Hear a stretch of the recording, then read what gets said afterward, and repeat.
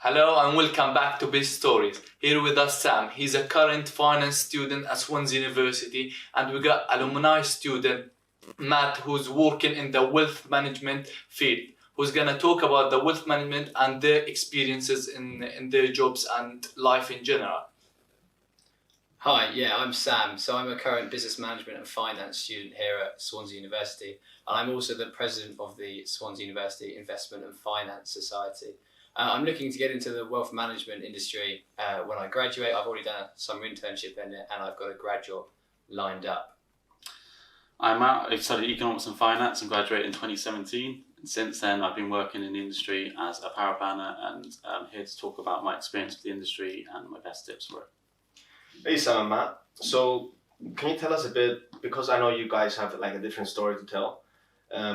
How did you get your job and how did you get your job Basically same question. So mine was a fairly unorthodox route of doing it actually. So a speaker came into the university actually who worked in the field, and he was talking about the Chartered Institute for Securities and Investments and how the organisation can really help students if you use it the right way. So he suggested doing an exam for the CISI, and that got you a free student membership to the organisation. And then using that membership, you could then attend CPD events, which stands for Continuous Professional Development. And my thinking was, if at this point I didn't really know what area of finance I wanted to go into or whether I wanted to go into finance at all. But by going to the event, I could then speak to professionals working in the industry already and see, what I like, maybe try and get some work experience, speak to them about their opinions and tips and etc. So going to those in my first year really helped, and it got me some work experience at companies like Brooks Macdonald, Legal & General, etc. in my first, the end of my first year. And then from that, I spoke to various people, and I managed to, go into an interview and etc. And I got a summer internship with First Wealth, who are a wealth management and financial advisory company in central London. And then from then, I did that over the summer at the end of my second year, and I did really well, and I really enjoyed it. And they've offered me a graduate job for when I graduate in July 2020. So basically, there's a lot of hard work went into it. Yeah, a lot of hard work, a lot of networking, it wasn't, I did do a lot of applications, but the route I went down wasn't strictly the drilled in way that universities and schools teach you, which is application, and then 1 in 100 you get. It was kind of a different way of going about it. In terms of wealth management, because we're talking about it, so what kind of duties you used to doing while you're internship or you're expecting to be doing when you graduate? So Matt will again give you a really good idea of that, because obviously he's been doing it for the last 3 years now. But the kind of things I did over my internship were, doing the usual suitability letters for clients' investments, seeing what kind of assets a client should invest into, basically just supporting the advisor in his or her role in helping a client and giving them a good financial plan and making sure they're okay.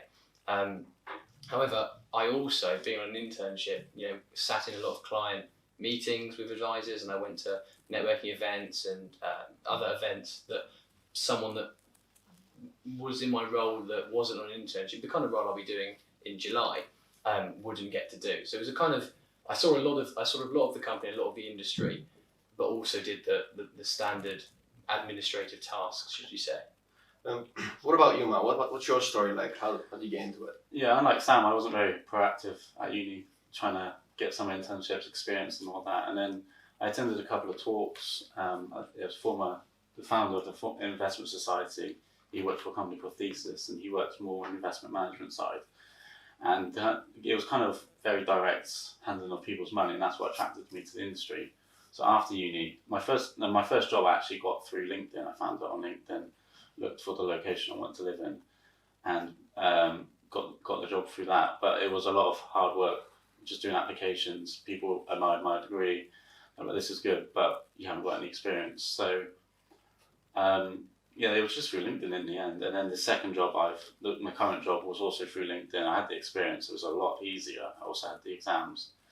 And I just knew the company I wanted directly. I applied to them, but all the other interviews I had were through LinkedIn. And getting a decent recruiter to organise them all for me. So you got like both jobs through LinkedIn. Yes. And wow, that shows how important LinkedIn is actually. Yeah, coming out of uni, I did not expect them to both come through LinkedIn. I just thought it'd be either directly through to the company's graduate scheme or like Reed or like just a.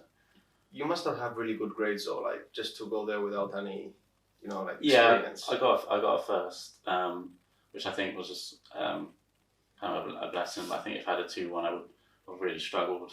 Maybe had to go straight into an administrator rather than as a power planner. So yeah, but if I got in the summer internship, I think a 2-1 would have got me my first job. So it shows you that kind of the difference between the two and the importance of either getting one or the other. So what interested you in the wealth management field, wealth assets, or what interested you? Why did, because the finance sector is big sector, you could go with a million things. So why this field specifically? I think it was you're dealing with real people, real money. At my old work, it's more retail clients, people like just my parents or just average people, whereas my current work's a bit more high end. Kind of a lot of accountancy partners. But you're still working with direct people's money, and if you make the right decisions and recommendations, you're having a direct impact on their and their families' lives. Whereas, I had interviews for like brokers, and you can work for funds, and it's less indirect. You're just playing with money and making shareholders' money. You're not really dealing with people that you see on the streets' money. I think that was what, and especially after the financial crisis, that kind of inspired me to get into finance and seeing how it messed up people's lives. Because beforehand I wanted to be a pilot, but that kind of turned the switch in my head of what I wanted to do in life. Yeah. What about yours, Sam? What was your reason for going into this kind of sector? Well, I really like the idea of, so when I finished A-levels, I just liked the general kind of business area. I wasn't really sure, what specifically I liked. It was only during my first year I did a few finance-related modules. And I thought, okay, I've narrowed it down to finance now. But as you said a minute ago, like the finance field is massive. There's so many different areas you can go into. And it was when that speaker, Mark, came in during my first year, and he kind of mentioned the asset management route and the wealth management route and the investment banking and asset management are tied somewhat. But I then started to realise there were distinct areas that were interlinked but quite different. And hence why when I did that work experience, at the end of my first year, that was to really go into different areas and see what I liked the most. And the kind of feel I got was asset management was good, and you could deal with investments, and you look at graphs and predict data and stuff, and I enjoyed that. But I also felt that I wanted client face-to-face client experience, and that wasn't something that asset management could really offer in the short term anyway, in the short term of my career. Whereas the wealth management side of things, you're obviously looking at investments and you're looking at other areas of finance like that, but you can have face-to-face contact with clients a lot earlier on in your career. As soon as you get the qualifications and you can become a chartered advisor, and that as Matt will probably touch on later, you're then face-to-face with your own clients, dealing with the whole of their finances and the whole of their picture. So this role is basically consultancy role, isn't it? It's basically you got clients, you advise them whether to invest or not. That's it like that? Depending on the company, you have say an in-house portfolio. It might be diversified across equities, fixed bonds, property, cash, and then you'll kind of discuss with the client what portfolio to go in. So you usually have risk profiles, so adventurous ones, a bit more equities, cautious ones, less equities. But then that's kind of the investment management side of it, and then there's the kind of financial plan side.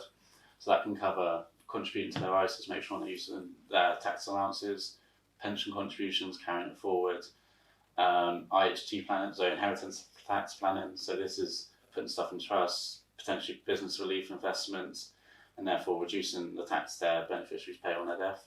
So there's protection, mortgages. So there's loads of kind of areas that all make up a client's financial plan that you need to kind of know very well in depth. That's why there's a range of exams you need to undertake. That's kind of the crux of the job. So I know you haven't been really proactive in university, but you are, isn't it? You're part of the Finance Society as well. Can you give us your role there or anything else you've done for the university? Yeah, so I'm the current president actually this academic year of the Investment and Finance Society. Originally, a friend of mine, Will, who used to be the president was kind of saying, Sam, go for it. I thought, oh, there's no really need. I don't need to. And he was like, oh no, do it. It'd be good. And I thought, oh, fine, go on then. And it's been good actually. It's been really good. We've been getting a lot of speakers in.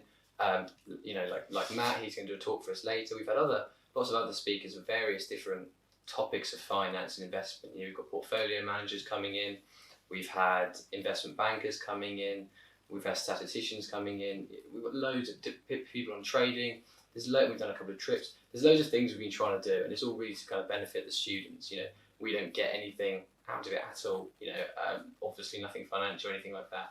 And we don't even charge membership costs, really. We have a budget provided by Swansea University School of Management, and they just allow, they say, here's the money, as long as it's approved, spend it on however you want. So whether that's, arranging a bus to go to an event, or paying for travel expenses for a speaker, or, it's all about, I hope, because like I say, in my first year, I really didn't know what I wanted to do. And if there was a society like this offering speakers from lots of different areas of finance, I would have found that so rewarding, because I could think, good speaker, I don't really like that area though. Oh, that's a good speaker, I like that area. And that would really kind of save some time in kind of working out what I wanted to do. So hopefully if I can kind of, and the rest of my committee, if we can kind of give back and help other students learn what they, get an idea of what they want to do early on, then it will, be helpful for everyone. Yeah, just to add to that, the speaker, Dominic, he was through the Investment Society, he came back, I think it was in 2017, he came back and did his speech, and that is what kind of got me into the either investment management or the kind of financial planning side of the industry, and then from then on I did my research, and that kind of got the ball rolling. So yeah, it definitely helps a lot. Specifically, this speaker said, it was just literally just explaining his role and the fact it was a perfect balance between kind of the investment side, all the technical aspects of being like almost an investment analyst, but also having that client interaction, and your work directly benefiting them if it's good. So I think it was that kind of. And how do you think that? How do you know that you fit this role? Like, does this role like need strong numerical skills? Are you this kind of thing? Yeah, I've always been a numbers guy, and it needs a lot of kind of technical knowledge and to be able to know facts straight away. So when you go to a meeting with an advisor, they'll ask a technical question, whereas as a power planner, they send it in an email. You can research it, discuss it, ask someone in the team, whereas the advisor, they have to know straight then. So you do need to have that, but you also need to kind of have those personal skills, be able to kind of create a rapport with someone. So yeah, a bit of both, but as long as you know your technical stuff going in. People need to like you. Yeah, they need to like you. Yeah, there's plenty of people that are very, I guess, nerdy and very technical, and they can sit back in the office and do that, but once they get in front of a client, they might kind of freeze and not know what to say. Absolutely, dealing with clients who maybe didn't know anything about math or don't know anything about numbers, so you gotta basically explain it to them in a basic way, just to deliver them what the data you got in a simple way. You know what would be difficult, like being in your place? Like imagine you and your client, let's say, doing an investment, and they lose a lot of money. Yeah. I'm not saying that's going to happen to you guys. Yeah. But I can imagine how do you think that's going to feel? Have you ever felt that? Or right now, as we're speaking, our market's dropped around 2%, 3% yesterday. And clients, they do complain sometimes if performance isn't what it has been in the past or what they expect. Certain funds might be lacking. And you just have to explain to them the rationale you had beforehand. Trust that what you're doing going forward is going to be well. I'd say financial advice firms don't tend to invest in really high risk stuff. So obviously, like you heard of cryptocurrency, very high risk. They don't tend to really. I don't think I know of a firm that's really gone into it. No. But it's more like kind of brokers and you kind of. It's bubble, isn't it? Yeah. It just goes up and down in 1 second. But I'd say financial advice firms across the country will kind of, with their portfolios, they won't target, they'll target maybe 20%, 15% in a really good year, but they'll look for that kind of steady fluctuation, slowly going up. They won't go for this because, clients, they can't usually deal with that kind of uncertainty. They wouldn't mind long-term investment as long as the risk is low, basically. Yeah, and it depends on the client situation. So usually clients closer to retirement that are drawn from the portfolio will have a lower risk portfolio, so the kind of fluctuation of volatility will be less. Whereas someone who, like myself, my pension just can be pure equities, not really it can be as risky as I want it to be because I have like a 40-30 time horizon until I can actually even touch it. So it depends on a bunch of Something that I learned over the summer was, for certain clients that do have more money, and they've got a lot of money invested in the safer assets. Maybe they've got a higher percentage of fixed interest or real estate or anything like that.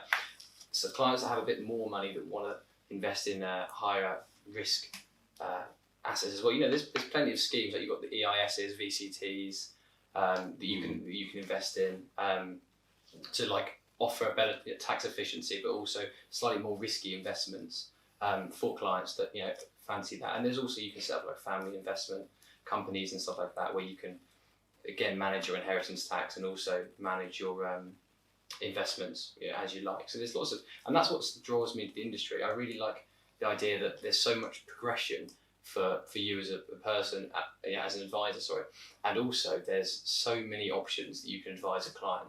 I like the idea that you have to kind of know as much as you possibly can. You can never really stop learning, I think, as an advisor, because you can deal with one client that's, let's say, investing a 200 grand pension, but you can have another client you see an hour later that's got 20 million and they need far more tax efficient investments than just your common ISA and general investment account. So let's say there's students out there, okay, and they want to do what you do right now.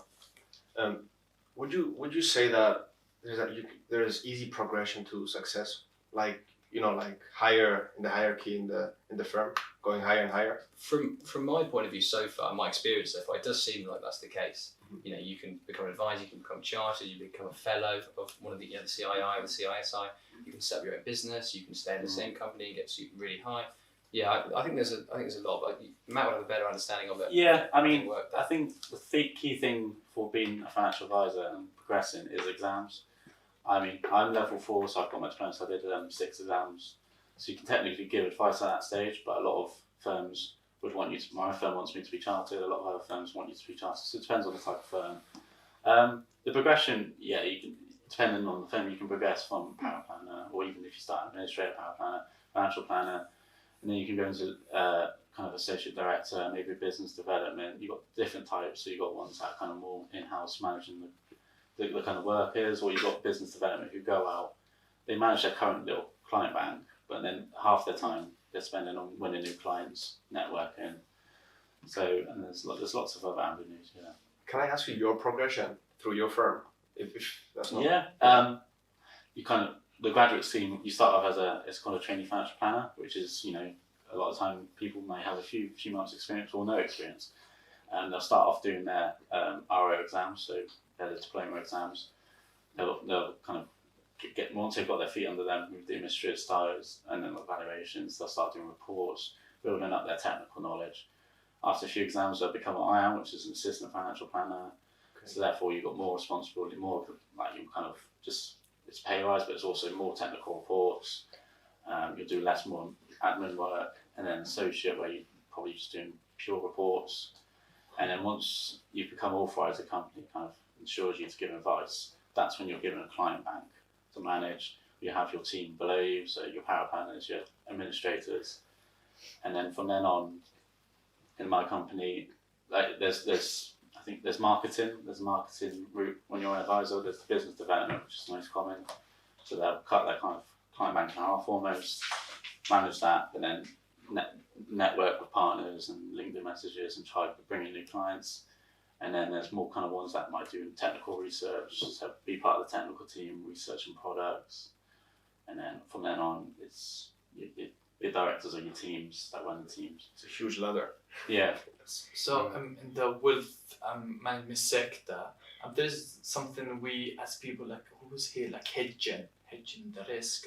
So could you please explain it just in a simple way? What is it? Do you deal with it in daily or on your job?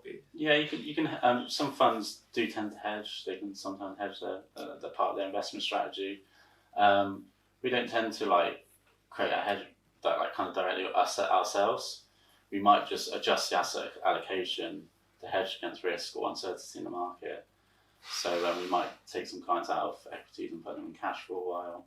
So there's not kind of your Wall Street kind of films where they're hedging and they're doing all these deals. There's nothing like that. It's more kind of, I guess, conservative in that respect. So okay, you're doing all this. You're both like progressing through your jobs. You are 2 years ahead, 3 years ahead. Mhm. You're still in university.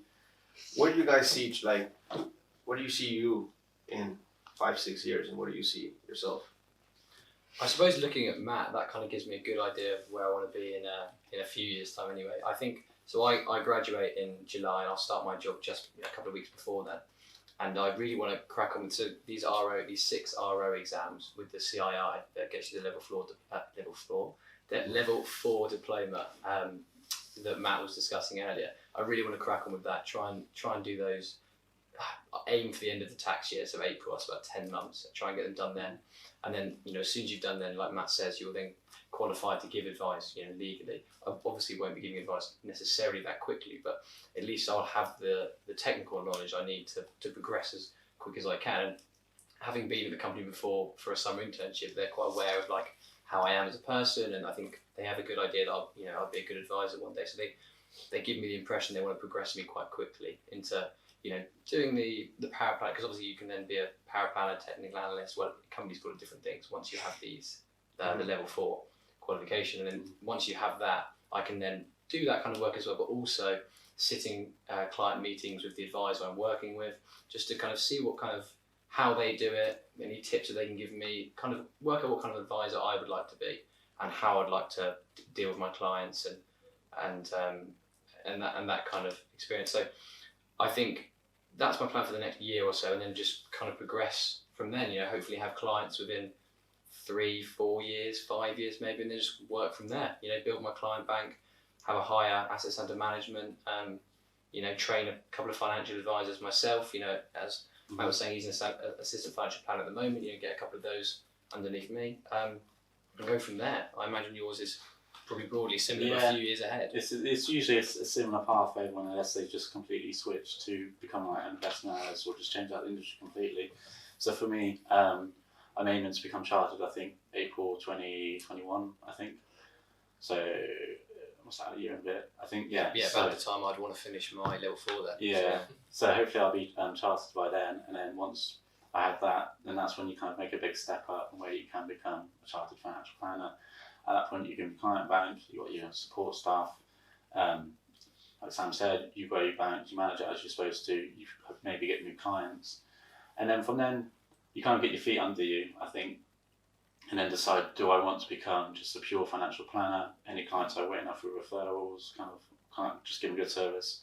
Or do I want to cut my client bank in half and start spending some of my working time trying to bring in new clients, going to prospect meetings? So basically, learning doesn't stop in university for you guys. Exam-wise, no. It's kind of, Never. it kind of, I guess it would kind of suck for a lot of people looking at the industry. You'd obviously do A levels or whatever you did before. You do 3 years of degree or maybe masters, and then you might have to do up to like 13 exams to become chartered. I think it'll be around 13 or 12 for me. So, but for most professional industries, so accountants, lawyers, solicitors, they all have to do their own professional bodied exams to be regulated to give the advice they need to. I think it's only really like investment analysts also need to, but it's like brokers maybe don't. And it's kind of industry. So, yeah. So for the accountancy, the ACCA, CIMA, all these qualifications needs as well like 3 years of experience, technical experience, a part of the exam. Is it the same for the... For chartered, it's 5 years. They need 5 years, they say. But I do know people that have done it before. They basically earn more money if you become chartered. So they're quite receptive to you saying, I want to be chartered. So, I know people that have become chartered before 5 years. I think it'll be September 2022. That'll be 5 years for me. Hopefully I'm a chartered credits by then.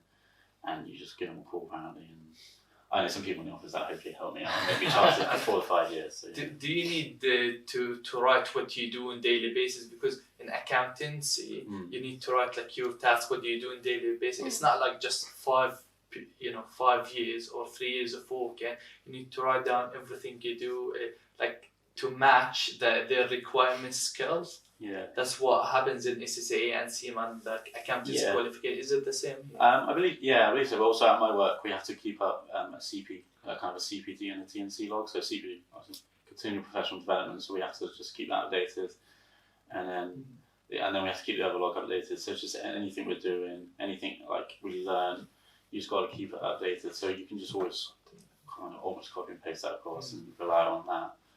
So yeah, it shouldn't be as long as we get our exams as the hardest bit to get out of the way, and hopefully it should be all. Would you like, guys, for the people who's interested in the wealth and management sector, what do you advise them from you as a university student who applied for jobs and you actually got one? What do you recommend or what do you advise? I suppose I can only advise on kind of the experiences I've had so far, and, from the journey I've taken over the last couple, by no means am I an expert on it or am I super experienced, but based on the couple of years I've been doing, speaking to people in the industry and having lots of experience in the industry, and now I've obviously got a grad job to walk into in a few months' time.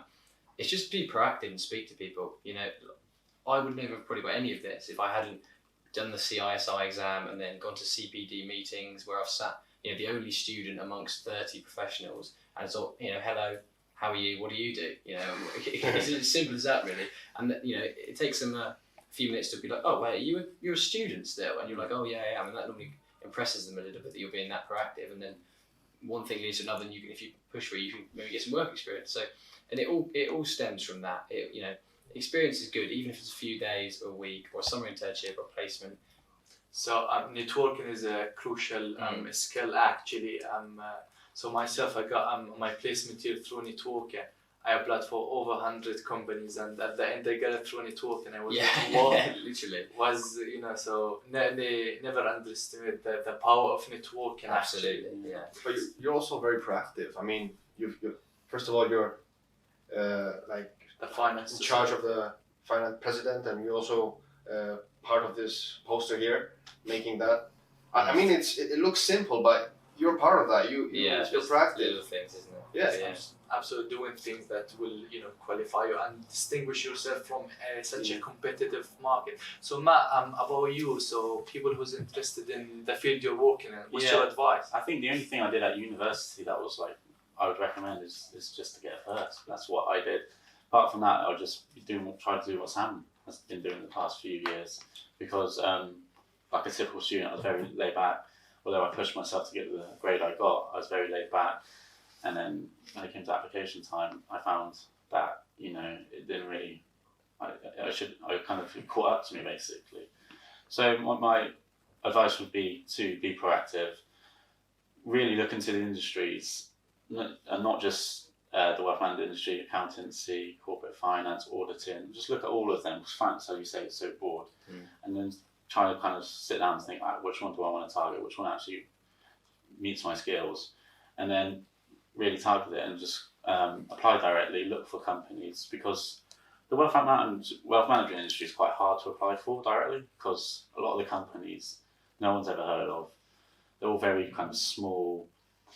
Everyone can start their own companies. Yeah. You can be quite an entrepreneur in the company after you've kind of established yourself. You can kind of take your climb back and go. So there's a lot of these kind of small companies. There's not like your big Nationwide, your NatWest, your Barclays and all that. Even though they have their financial plan in arms, it's this like my old company's called Perspective. The current one's called Swanson House. I didn't hear of them coming out of uni. I don't think anyone in this room has heard of them. Maybe Swanson because I know now, but. So just be proactive, contact your careers team, contact your lecturers, try to get some summer internships, apply directly, because firms will show that you'll show to the firms that you are interested in their industry. Another thing, just leading on from that, I mentioned, it's so true that so many companies are small that you never hear of, but a lot of students I speak to, I want to work for the PwCs, I want to work for the HSBCs, it has to be the biggest company.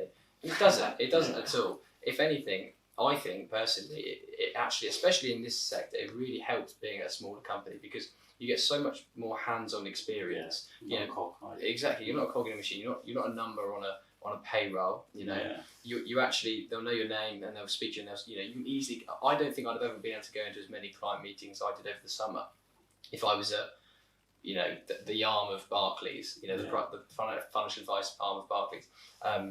You know, being a small company like First Wealth, which, you know, I'm excited to go back to, you have so much more contact with the directors, so much more contact with advisors, power planners, admin assistants. Like, it's so much better, I think, and you can easily progress through your exams much quicker because there's a lot less approvals needed for them to fund it for you. There's a lot more advice other people who have done the exams recently can give you, you know, on a one-to-one basis. So definitely. I have 2 more questions. A very small question. Did they ask for a first of all, or like your company? No, they've. I mean, I did a very positive summer internship with them. So they kind of alluded to the fact that 2-1, you know, as many companies do, a 2-1 is the minimum. You know, if getting any lower than that, I think I'd be disappointed. They'd be disappointed. But no, not necessarily a first. I think a lot of companies would typically ask for 2-1. Also, you know, when you say that people can leave and get their customers, don't companies actually get you signed? Yeah, things? there are kind of sometimes. There's probably ways around it, isn't there? Yeah, there's Yeah, okay. usually. I think on my old work it was a year. So an advisor did leave the company. He tried to take his clients or contact them before the year kind of waiver was up, and we were going to press legal action at the time. I think we just basically paid him off. Oh no, he paid us off. Sorry, and I think I'm not sure how that's resolved. But yeah, there is always after that waiver you can then just contact them, or you can say I'm going to leave company in a year. But also, sorry, to add to Sam's point, the only wealth management industry company I really heard of coming out was St James's Place, FTSE 100 company, it's the biggest one, and its headquarters were right next to my college. And their grad scheme had over 500 applicants, and I don't think they took over 30 or 20. So, you know, you're just when you say you got 2-1, you maybe had some internships.